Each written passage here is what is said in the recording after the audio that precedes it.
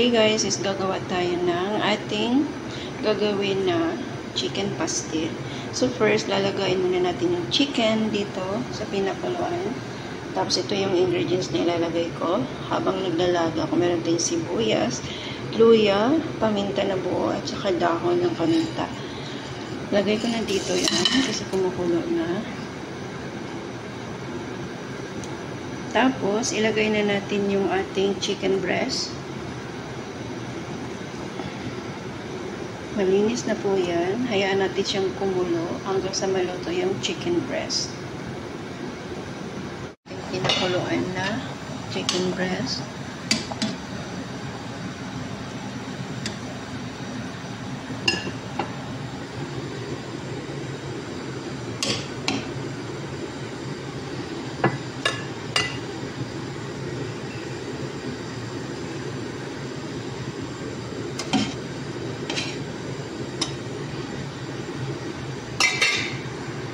So, ayan. So, ang gagawin natin is palalamigin natin siya. Tapos, saka natin siya hihimayin. Tanggalin natin yung mga excess na mga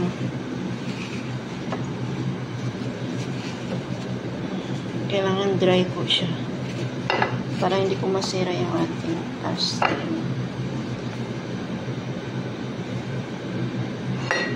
Kompleto na yung ating ingredients para sa ating chicken pastel. So, na-shredded ko na tong chicken. Tapos, ito na yung mga sangkap niya.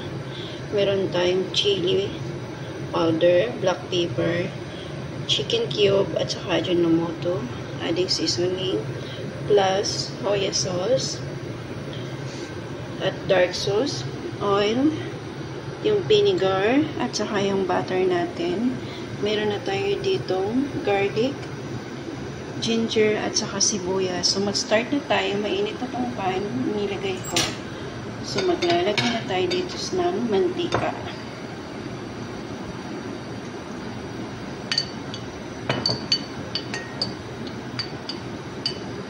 So, ilagay ko muna itong garlic at saka ginger bago ko ilagay itong butter. So na guys, ilalagay ko na yung ating ginger. Maraming ginger kasi mas mabango. Plus yung ating garlic.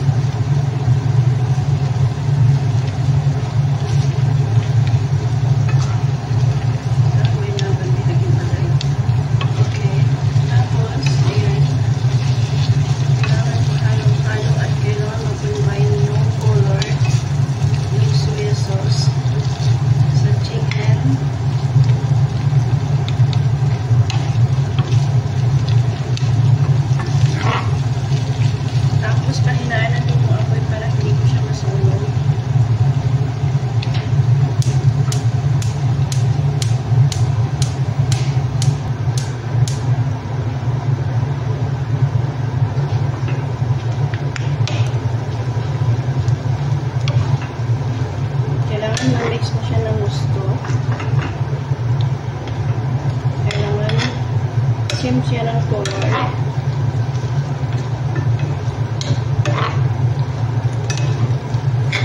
So, wala pa po yung salt.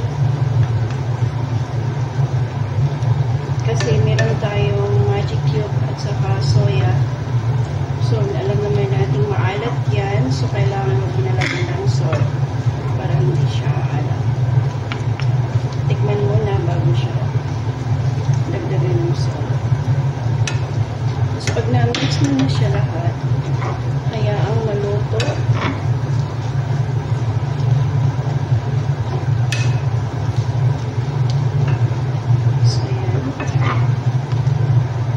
Tapos, ilalagay na natin yung ating pinaka-preservatives, which is yung vinegar. Kasi yun magsilbi nating preservatives.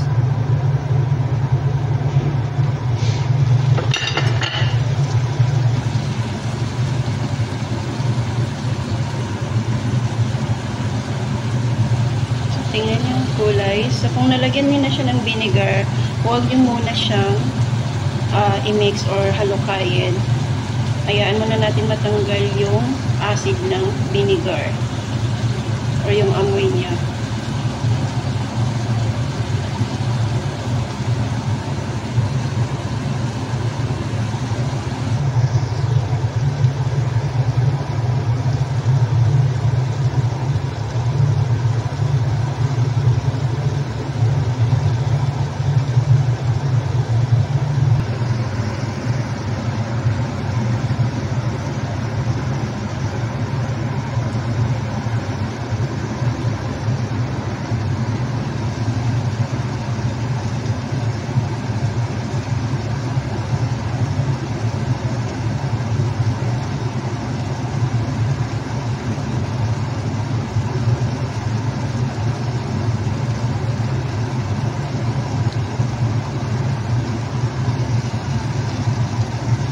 So, ayan guys, medyo nagmamantika na siya.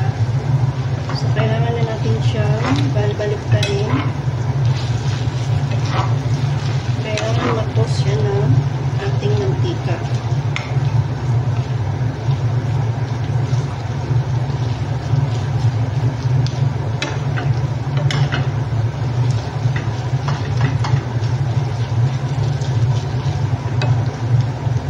Kailangan magmamantika yung ating pastel para hindi po siya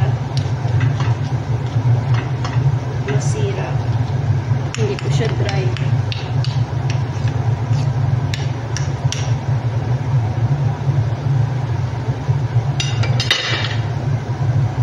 So, ayan na guys. At luto na yung ating pastel. So, ang gagawin natin, natapos na siya. Lalagyan na natin siya ng salt. Kunti lang. Huwag naman maalat. Then, mix natin siya. So, tingnan niyo yung ating pastel. So, oily siya. So, hindi po siya masasira. At magtatagal po siya na 3 to 5 months. Ilalagay niyo lang siya sa ref. Kukuha lang kayo kung gusto niyo kumain.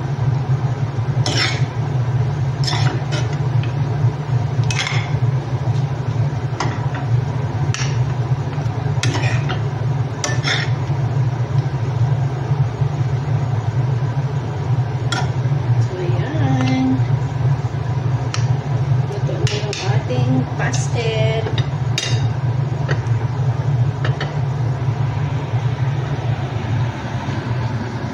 So, ayan na yung ating pastel, guys.